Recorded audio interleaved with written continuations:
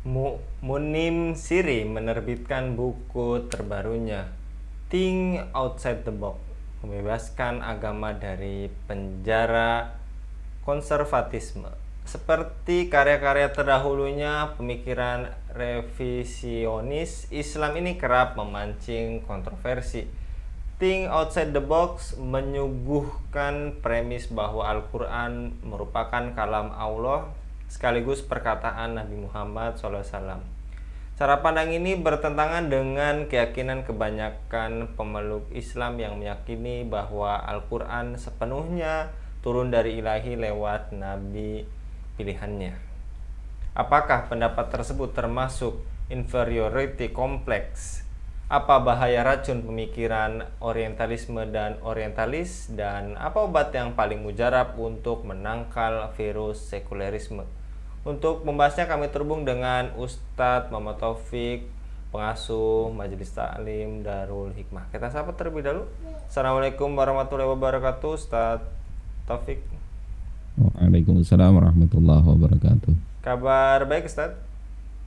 Alhamdulillah bi khairin wa afiyah. Alhamdulillah. Dan kali ini terkait kontroversi lagi, Ustadz, dan menimpa sosok Munim Siri, rektor di Departemen Teologi Universitas Notre Dame, kampus Katolik bergengsi di Amerika Serikat, dengan menulis Think Outside the Box, membebaskan agama dari penjara konservatisme. Kemudian tadi menyebut Al-Quran kalam Allah sekaligus perkataan Nabi Muhammad. Bagaimana tanggapan Ustadz terkait pandangan ini, Ustadz? Bismillahirrahmanirrahim. Assalamualaikum warahmatullahi wabarakatuh. Alhamdulillah, salatu wassalamu ala rasulillah wa ala alihi wa sahbihi wa mawalah amma ba'd. Tentang kalam Allah sekaligus perkataan Nabi Muhammad, ya, Al-Quran didefinisikan begitu. Itu kalau kita lihat muaranya mungkin itu dari kajian ilmu kalam atau lebih jauh lagi ke filsafat. Bisa muncul begitu gimana? Memang kalau di dalam bahasan akidah ketika membahas kalam, ya, sifat Allah, yakni bisa berkata-kata, berbicara, bukan bisu. Itu misalnya di dalam Kharidatul Bahiyah dikatakan sumal kalamu laisa bil hurufi wa laisa bit tartibi kal ma'lufi, kata Imam Dardir. Kemudian sifat kalam. Kalamullah itu bukan dengan huruf, ya, bukan dengan tartib, ya, urutan huruf sebagaimana, ya, kalamnya makhluk. Ini kan ada bait begitu, ya. Muaranya apa di situ? Sebetulnya para ulama dulu itu kan ingin mensucikan Allah, ya. Laisa kamitslihi syai'un. Tidak ada yang semisal dengan Allah Ta'ala. Termasuk sifat-sifatnya tidak serupa dengan sifat makhluk. Berarti kalamnya tidak serupa dengan kalamnya makhluk. Sehingga tidak ada huruf, tidak ada suara, dan sebagainya. Hanya saja yang dilakukan oleh Pak Mun'im ini sepertinya kejauhan. Ya, kejauhan menyimpulkan, yakni ketika tidak pakai huruf, tidak pakai urutan, berarti yang bikin huruf dan urutan untuk Al-Quran itu dilogikakan langsung itu berarti Nabi. Nabi yang bikin, maknanya dari Allah. Makanya kalamullah sekaligus perkataan Nabi Muhammad. Itu logika kejauhan, meloncatnya kejauhan. Mirip-mirip dengan Panji Gumilang dulu kan. Ya, ya, ini telah berkata Nabi Muhammad SAW di dalam Al-Quranul Karim. Itu kan sama. Terus bagaimana para ahli kalam ini? Ya sekedar ingin menjelaskan bahwasanya kalam Allah itu berbeda dengan kalam makhluk. Ahli kalam tersebut. Ya. Terus bagaimana lanjutannya kalau ulama dulu itu sekedar membedakan nanti kalam ini ada pertama kalam nafsi atau kalam madlul. Yang ini yang dimaksud tak berhuruf, tak bersuara, ada urutan-urutan begitu. Nah, ini mereka sebut sebagai kalam nafsi atau kalam madlul. Menurut hakikat akliyah syariah, menurut mereka begitu. Terus yang kedua, kalam dal atau kalam hissi. Ya, dan nafsi ada hissi yang terindra. Yakni kalau ini ya perkataan Allah Ta'ala, tapi ini kalam dal, kalam hissinya. Istilah-istilah mereka begitu. Sehingga Al-Quran ini, ya menurut hakikat syariah ini adalah kalamullah. Perkataan Allah, tapi masuk dalam kalam hissi. Tidak disebutkan ini perkataan Nabi Muhammad, tidak begitu. Nah, karena dengan tadi loncatan logika tadi diteruskan memang ujungnya jadi tidak ada huruf, tidak ada suara, berarti yang bikin huruf dan suara Nabi. Logikanya mungkin begitu Pak Munim itu. Nah, kalau seperti itu kemudian jadi masalah besar. Ya.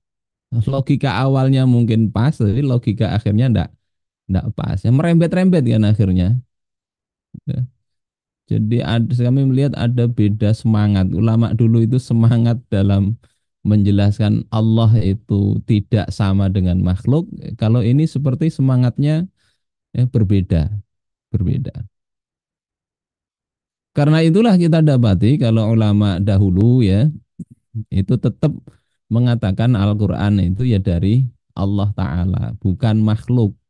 Kalau perkataan Nabi ya berarti makhluk kan itu. Misalnya kita bisa baca di Ruhul Ma'ani, ya, Imam Al-Alusi mengatakan, ya, dia kalamullahi ta'ala lafzan wa ma'nan. Ya, dia adalah ya kalamullah ta'ala, yakni ayat-ayat Al-Quran itu lafzan wa ma'nan. Lafaznya iya, maknanya iya. Ya, muta'abbadun bitilawatih.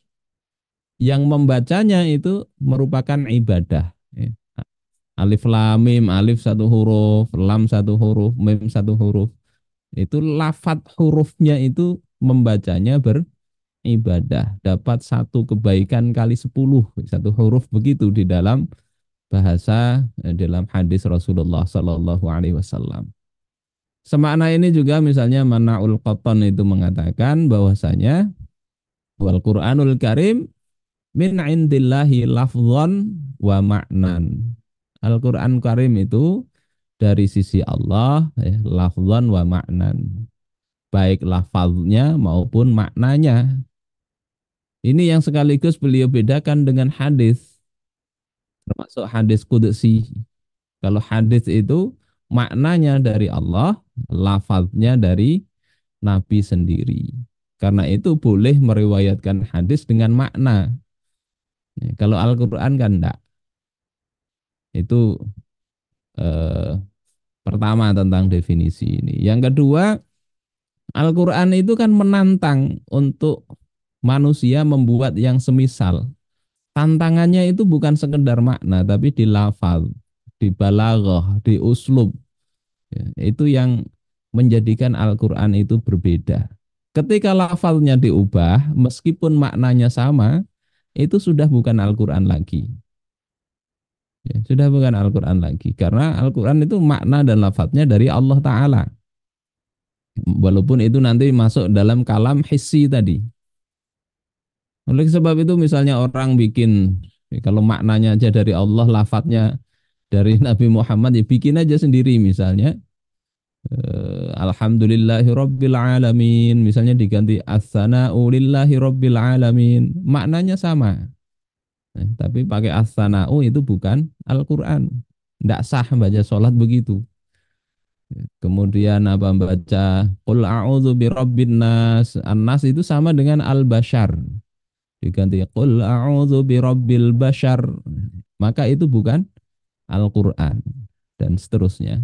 Sehingga maknanya memang Al-Quran ya begitu. Dari Allah Subhanahu wa Ta'ala, pilihan kata, bahkan pilihan huruf itu sudah letak mukjizatnya di situ. Ya, tilka idzan qismatun dhiza. Dhiza diganti al-jair sama maknanya. Maka rasa dan apa itu satunya sudah bukan Al-Quran lagi, sehingga tidak boleh diganti-ganti itu. Karena itu para ulama mengatakan yaitu lafdhan wa ma'nan. Insya Allah begitulah. Jadi apa memang terlalu maju itu logikanya itu sehingga kelewatan. Ya gitu Mas. Ya. Kemudian Mu'nim Siri juga dikabarkan tadi menerbitkan buku yang berjudul Think Outside the Box dan menyebut fatwa MUI perihal salam lintas agama boleh diabaikan. Menurut Ustadz, bagaimana Ustadz pendapat Mu'nim Siri ini? Terkait salam lintas agama sudah kita bahas ya di video sebelumnya. Rinciannya ada bisa dicek kembali. Intinya kalau salam lintas agama itu ada unsur memuji Tuhan yang lain selain Allah, itu jelas para ulama tidak beda pendapat, itu memang haram. Misalkan mengatakan namo Buddhaya itu artinya apa? Terpujilah wahai Sang Buddha. Sang Buddha itu Tuhannya orang lain yang beda dengan Allah Subhanahu wa taala. Sehingga ini memang tidak boleh, tidak boleh. Nah, Kalau kalau bagaimana Pak Mun'im apa kok membolehkan itu ya, kemudian fatwa MUI boleh diabaikan, ya sebetulnya saya tidak heran kalau Pak Mun'im begitu. Dulu waktu rame-rame LGBT beliau itu ya Pak Mun'im sendiri malah memang membolehkan LGBT dibela, dicarikan pembenaran. Ya, bahkan sampai memelintir perkataan Imam Ibnu Hazm untuk menyatakan bahwasanya keharuman LGBT itu tidak pasti, karena Ibnu Hazm itu berbeda pendapatnya dengan para ulama yang lain. Padahal kalau kita lihat perbedaan Ibnu Hazm dalam memandang LGBT itu bukan perbedaan haram tidaknya. Ibnu Hazm tetap mengatakan haram. Ya, bahkan menganggap kalau menghalalkan LGBT di dalam kitab beliau ya itu dikatakan itu masuk dalam kekufuran. Kalau menghalalkan, kalau tidak, nah, melakukan memang beda hukumannya. Ibnu Hazm masukkan ke takzir, kemudian ulama yang lain masukkan ke had. Nah ini kemudian dijadikan seolah-olah membolehkan.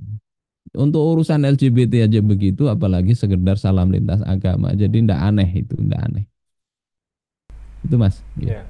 Dan apa dampaknya Ustadz jika ada umat Islam turut meyakini pandangan Mu'nim Siri ini, Ustadz? Yang jelas itu hal yang keliru ya, keliru. Para ulama dulu itu memang ada ungkapan seperti Imam Ad-Dardir tapi itu tidak dijadikan alasan bahwasanya Al-Quran itu perkataan Nabi Muhammad. Tidak. Ya. Mereka membahas nanti membedakan kalam dal dan kalam madlul tadi ya. Sementara kalau mengatakan Al-Quran ini perkataan Nabi Muhammad, perkataan manusia, itu ya kalau dia yakin i'tiqadnya begitu, mirip dengan perkataannya Al-Walid bin Al-Mughirah yang disebut di dalam Al-Quran surah Al-Muddathir itu. Dia mikir-mikir cari cara apa untuk menjauhkan umat ini dari Nabi Muhammad sallallahu alaihi wasallam. Sehingga oleh Al-Walid dikatakan ya, faqala in hadza illa sihru yu'thar. Dia katakan sesungguhnya Al-Quran ini tidak lain hanyalah sihir.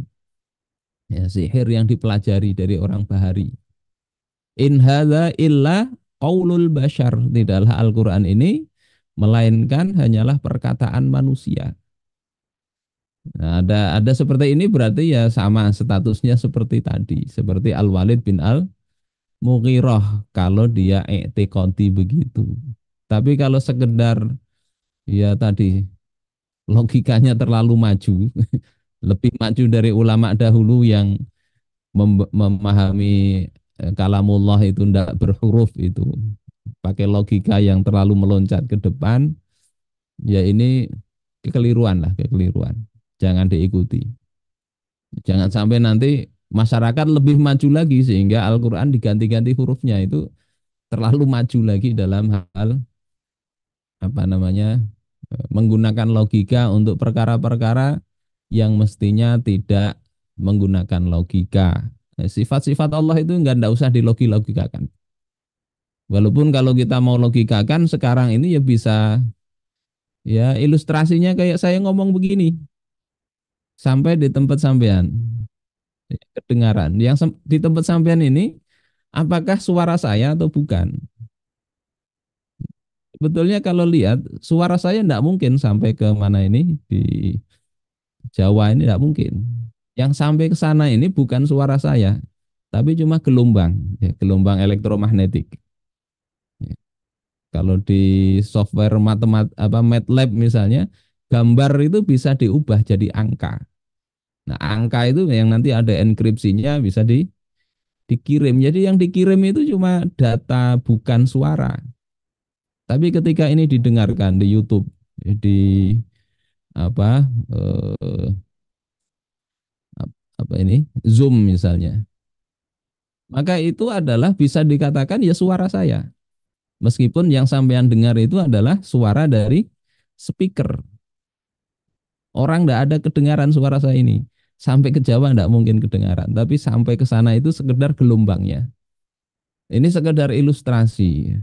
Tidak ingin menyamakan, oh nanti Al-Quran itu wahyu itu berupa gelombang elektromagnetik. Tidak begitu. Tapi ini sekedar gambaran. Bahwasanya Allah Subhanahu wa Ta'ala itu mudah bagi Allah. Ya. Allah bersifat kalam, ya, tidak bisu, ya. Meskipun yang didengar Nabi itu mungkin ya tadi, karena kalau beliau mendengar wahyu itu, ya, dapat wahyu kan yang orang sekelilingnya tidak dengar. Sehingga betul kalau wahyu itu tidak kemudian kayak suara dari toa, turun ayat tidak begitu. Tetapi ya Nabi yang kemudian menerima itu kalimatnya itu memang betul dari Allah Subhanahu wa Ta'ala. Insya Allah begitu, mudah-mudahan bisa difaham. Jadi ilustrasinya ya tadi, meskipun yang diterima itu gelombang Ya. elektromagnetik misalnya. Kalau dibuka pakai software yang lain mungkin ndak akan terlihat gambar atau suara, tapi apa yang sampean dengar itu betul-betul suara saya ya, dari sini.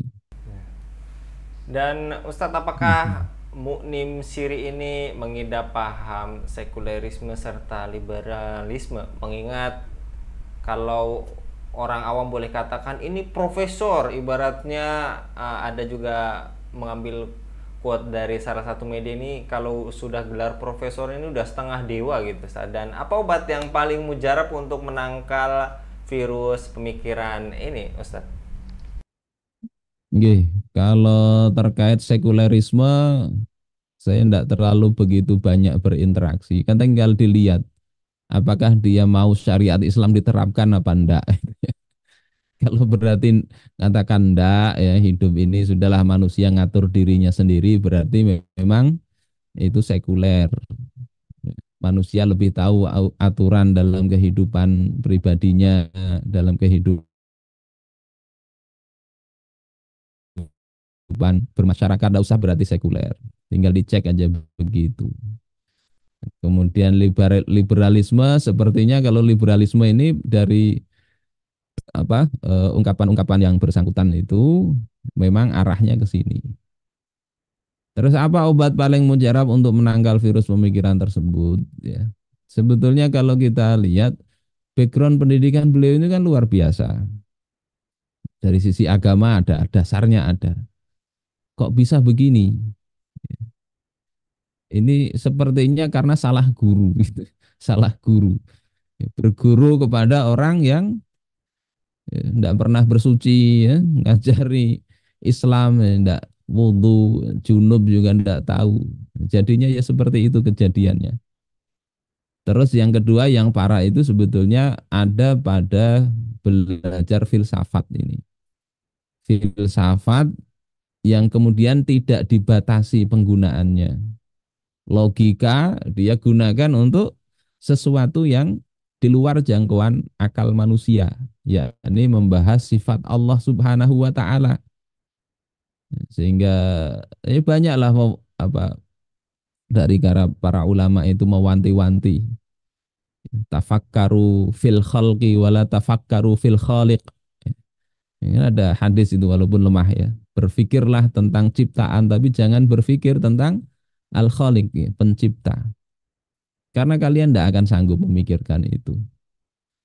Banyak hal yang sebetulnya apa ilmu otak manusia, logika itu tidak bisa diterapkan di situ.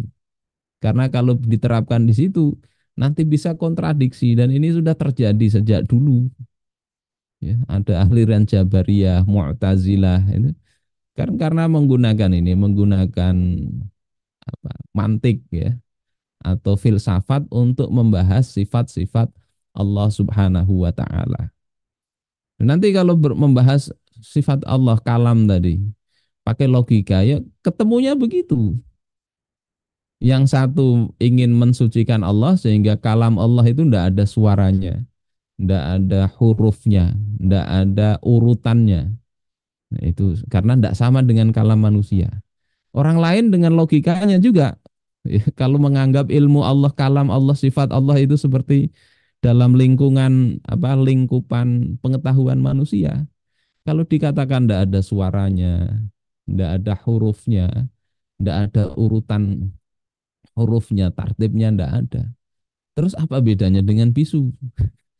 Orang mungkin bisa pakai logika begitu. Ditanya, diem aja. Tidak ada suara, tidak ada huruf, tidak ada apa-apa. Tidak bisa begitu.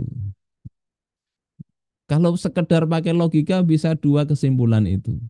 Karena itulah maka kemudian para ulama yang tadi di satu sisi mengatakan kalamullah itu tidak seperti kalam manusia, tidak pakai huruf, tidak pakai suara dan sebagainya, itu mereka membahas lagi. Oh itu kalam tadi, kalam madlul atau kalam nafsi. Kemudian ada kalam hissi tadi. Tidak kemudian pembahasannya, oh berarti yang bikin kalam ini manusia, tidak begitu arahnya. Sehingga kalau seperti ini problemnya, mestinya yang perlu sangat di, diperhatikan itu adalah mengukur diri saja. Kita belajar filsafat, ya misalnya belajar filsafat, logika, mantik kita pelajari, tapi ada batasannya tadi, yakni jangan membahas sifat-sifat Allah dengan menggunakan logika. Kalau pakai logika ya kayak tadi lah, bisa kesimpulannya pakai logika dan bertolak belakang, tetapi dua-duanya terkesan logis. Ini mungkin yang paling penting ya, bukan hanya bagi Pak Munim, tapi juga bagi kita sendiri. Kadang orang pinter ini kadang ya, mikir itu sudah tidak ngerti batasan. Sehingga di luar jangkauannya dipikirkan juga, dibikin kesimpulan dan terlalu berani. Ini mudah-mudahan bermanfaat bagi kita semuanya. Begitu Mas Nanang.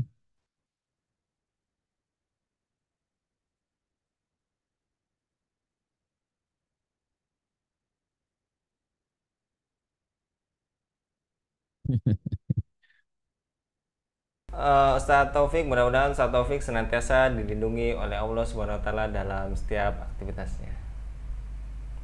Amin amin. Ya, Demikian pemirsa Hilafah News yang dirahmati Allah, jangan lupa untuk subscribe, like, dan share sebanyak-banyaknya. Semoga menjadi amal kebaikan bagi kita semua di dunia dan di akhirat nanti. Saya Anggi Suwana undur diri. Assalamualaikum warahmatullahi wabarakatuh.